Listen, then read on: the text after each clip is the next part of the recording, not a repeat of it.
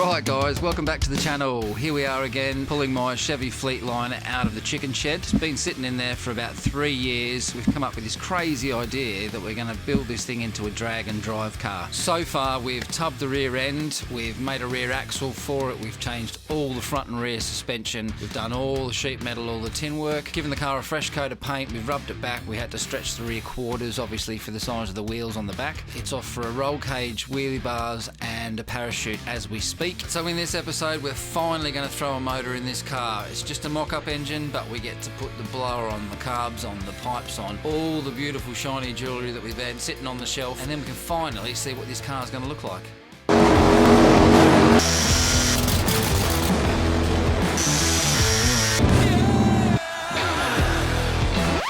So first up, we're heading over to Harley's place. It's called Imperial Speed Co. He builds traditional hot rods, and he's going to make us up some alley door panels with some nice bead rolling in it.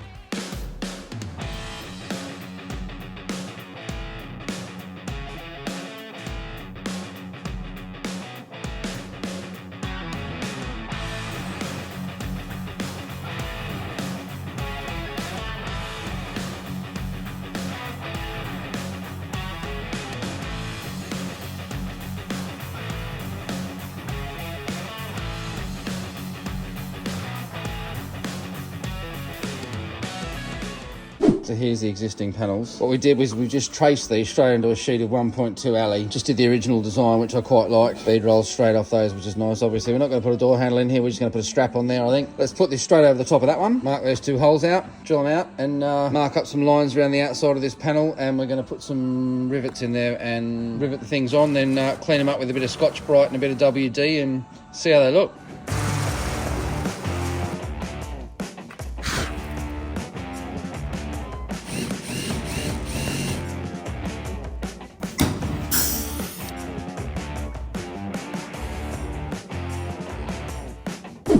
Right, now that's one of the front ones done, let's move on to the rear and see how well they fit.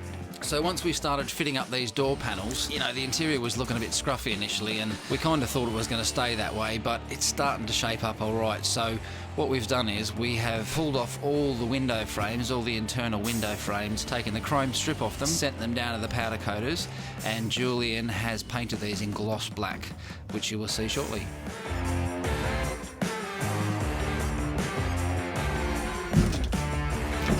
Believe that that standard rear seat without modifying still sits in there with those wheel tubs. You couldn't ask for much more than that, could you? Look at that. Still sits in, ran out of rivets. But look at that. That's sitting in the two locating holes. Let's see if the top fits, eh? Let's see if the back fits. Still fit with wheel tubs. Might get these retrimmed in black, not sure yet. I love the fact that this is original trim. So what we did here is we pulled all the window frames out of the car. They were silver. No, I just didn't think they looked right with the new alley door panel, so I had my mate Julian down the road sandblast all these, powder coat them in gloss black. They had a little chrome trim all the way along here, which is these big boys here. So we're going to clean those trims up, put these back on. I think we're going to have to put a headliner in this car because it's never had one since I've owned it, but the rest of the interior is starting to scrub up pretty nice now. So I have to take the car to a trimmer and get a nice black new headliner fitted. Right, got the trim all cleaned up. A couple of little clips on the back here, so we'll just straighten these out, push them through the holes, bend the tabs over, Bob's your uncle. So there you have it. And they look pretty cool, man. Pretty cool. 70-year-old trims. A little bit of a blemish in this one. Sure, with a bit of steel wool and some polish that'll come out. So.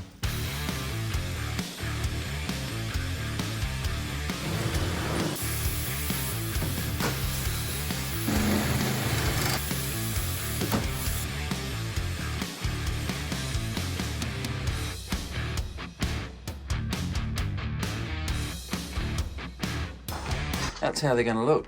I reckon they look killer. Made a little shifter mount last night. Turned out pretty cool. Put the trans brake button in the shifter. Didn't want it on the wheel. Well, I did want it on the wheel, but we couldn't find a bracket. And I kind of ummed and ahed for a long time as to how to put that in the steering wheel. And anyway, the shifter being as high as what it is, you know, kind of made sense to put the button in the top of the shifter. Got some new gauges. Put a new speedo in it. Put a new tack in it, which is a Recall one. Which is nice. I just pulled the original gauges out, and these things push in so tight. You don't even have to glue them or pin them or anything. Right, so the moment we've all been waiting for, we're going to throw an engine in this car. We have to make a transmission crossmember anyhow, so we need a block and a transmission in the car. Seeing as we have obviously all the bits and pieces now, we're going to mock this thing up, see how it looks and see what sort of clearance we have for the exhaust pipes. Right guys, so what we're going to do is we're going to stab this motor and trans back in the car so we can make a transmission crossmember while we're waiting on my engine from the engine builders. We've got another big block here that we can use for a mock-up.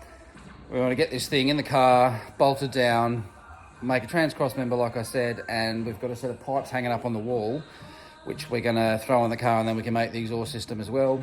Can mock the blower up. Obviously we've got the blower now, we've got the carbs now, and we can throw the bonnet back on and work out what holes and whatnot we're going to cut in the bonnet. We finally get to see this blower and twin carbs, how high they're going to stick out the bonnet. So let's rock and roll.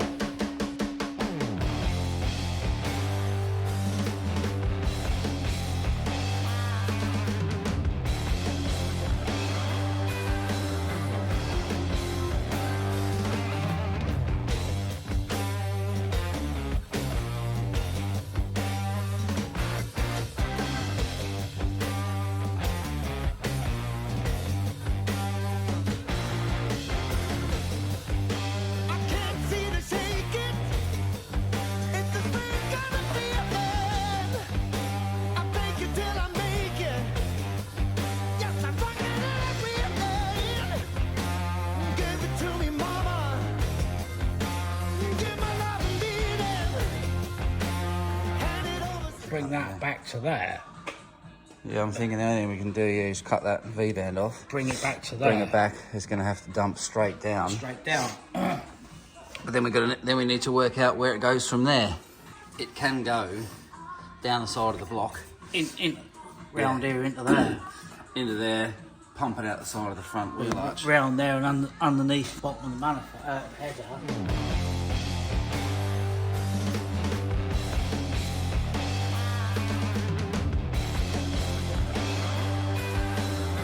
So what we're going to do now is we're going to throw the bonnet back on the car and we're going to see if we can cut this hole.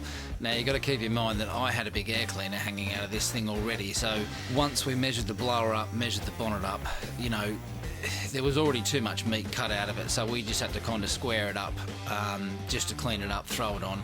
The hole is too big. We're still trying to work out what we're going to do as far as carb scoops or whether we're going to fill those pieces in on the bonnet and do some metal work on there. Not exactly sure yet, but yeah, something still needs to be done with that.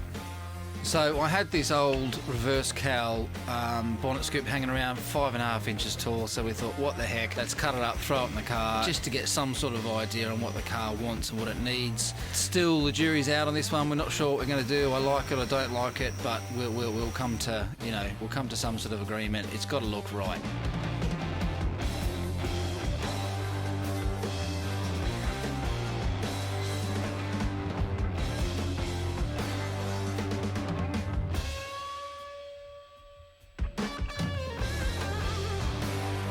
Right, so we're back down at Dave's place. He's been kind enough to lend me his workshop for the weekend so I can use the hoist. So what we wanted to do this weekend, we wanted to build a transmission cross member, set and adjust the front coil springs and the front ride height, and give it a good clean and tidy underneath, run over everything with, you know, with some spanners and wrenches and whatnot, just to make sure everything was tight, everything was finished, and give her a bit of a coat of paint underneath. Right guys, so back in the shop Sunday morning.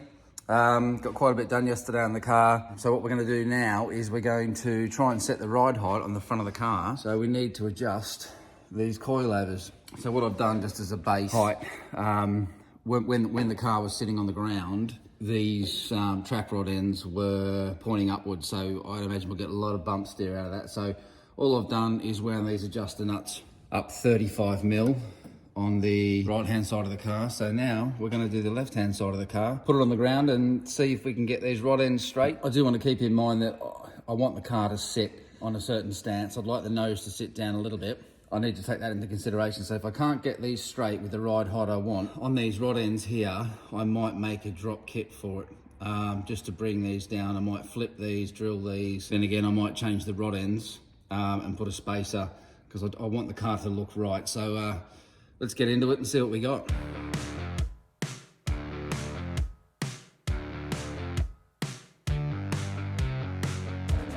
Right guys, so we've got both these set at about 35mm between the top and the bottom spacer, top and the bottom lock nut. So let's throw this thing on the ground, put that rod end back in, see where she's sitting.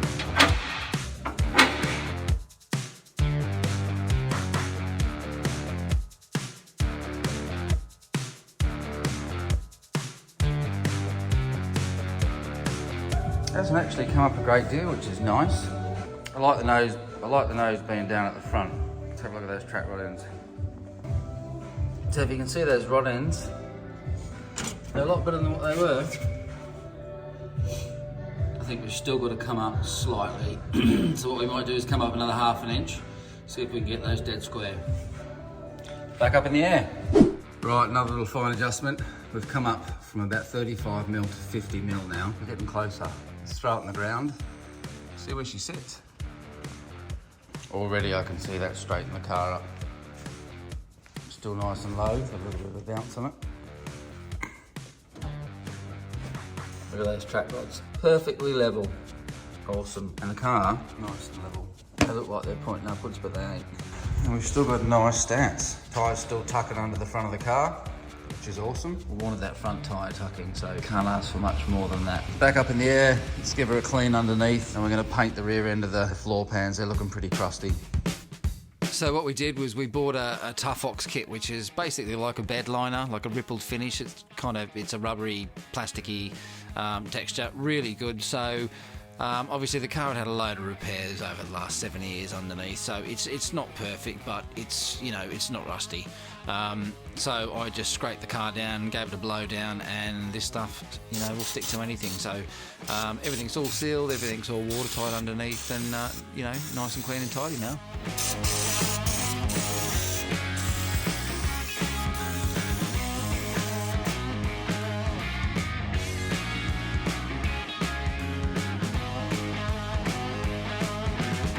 Right, so Sunday evening, got the car back to the shop, and then we got the call we've been waiting for. So Wayne at Intergalactic Custom Shop is the guy doing our roll cage, our wheelie bars, our parachute mount, our seat mount. So he said, load the car up, bring it over to me. So the car's there now as we speak, and hopefully, fingers crossed, I get to pick this up on Friday. So you guys will see this in all its glory in the next episode.